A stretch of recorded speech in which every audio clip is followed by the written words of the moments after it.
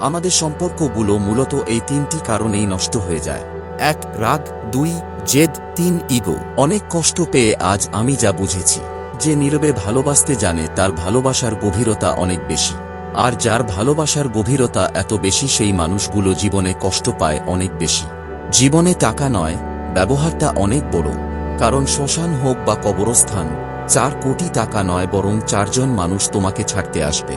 তাপ এবং বাবা মায়ের উচিত কথা এবং রাগ দুটোই সহ্য করতে শেখো। কারণ সূর্য চলে গেলে সেই দিনটা অন্ধকার, আর বাবা মা চলে গেলে সারা জীবন অন্ধকার। অনুভূতি, ভালোবাসা, মায়া এইসব যত কম প্রকাশ করবে, আঘাত করার সুযোগ মানুষ ততই কম পাবে।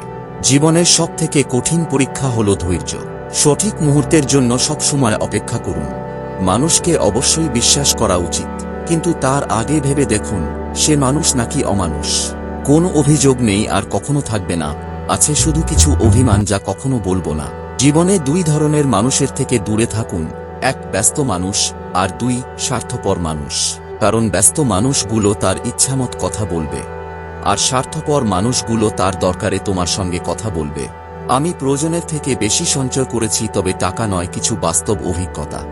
জীবনে সমস্যার প্রয়োজন আছে, সমস্যা আছে বলে সাফল্যের এত স্বাদ। যে নারী অর্থ নয়, সম্মান চায়, উপহার নয়, সময় চায়, সেই নারীগুলোই আসলে অবহেলাটা বেশি পায়।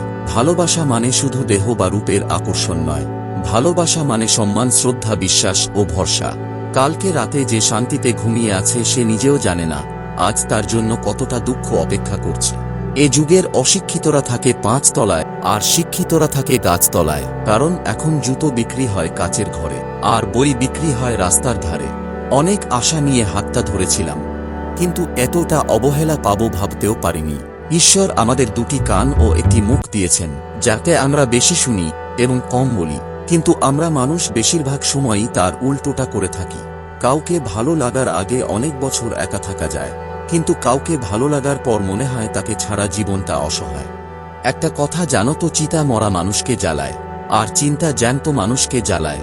এখন মন খারাপ হলে ভেঙে পড়ি না, কারণ আমি বাঁচতে শিখে গেছি। নাটক করে ভালো সাজা যায়, কিন্তু সেটা বেশি দিনের জন্য হয় না। মুখোশটা একদিন ঠিকই খুলে যায়, অপেক্ষা শুধু সময়ের। সময় আর আপনজন যখন একসঙ্গে আঘাত করে, তখন মানুষ বাইরে থেকে নয় বরং ভিতর থেকে মরে যায়।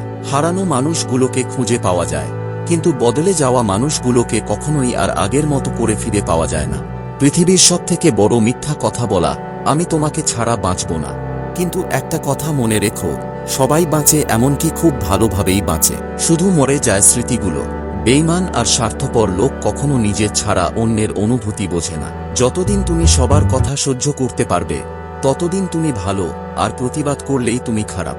পৃথিবীতে কত সুন্দর সুন্দর মুখ, কিন্তু কোনটা মুখ আর কোনটা মুখোশ সেটা চেনা বড্ড কঠিন। ভদ্রভাবে থাকো, কিন্তু এটা কখনো ভেবো না যে তুমি বোকা। আমি সব বুঝতে পারি কে কেমন মানুষ।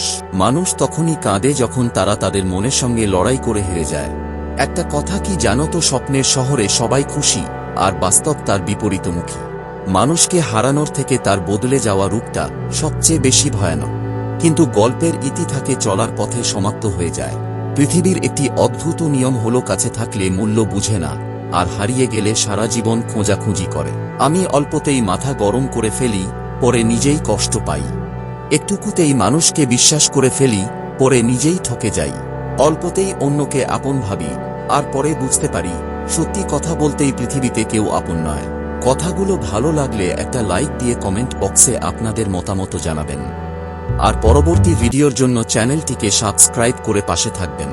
এত সময় পাশে থাকার জন্য ধন্যবাদ।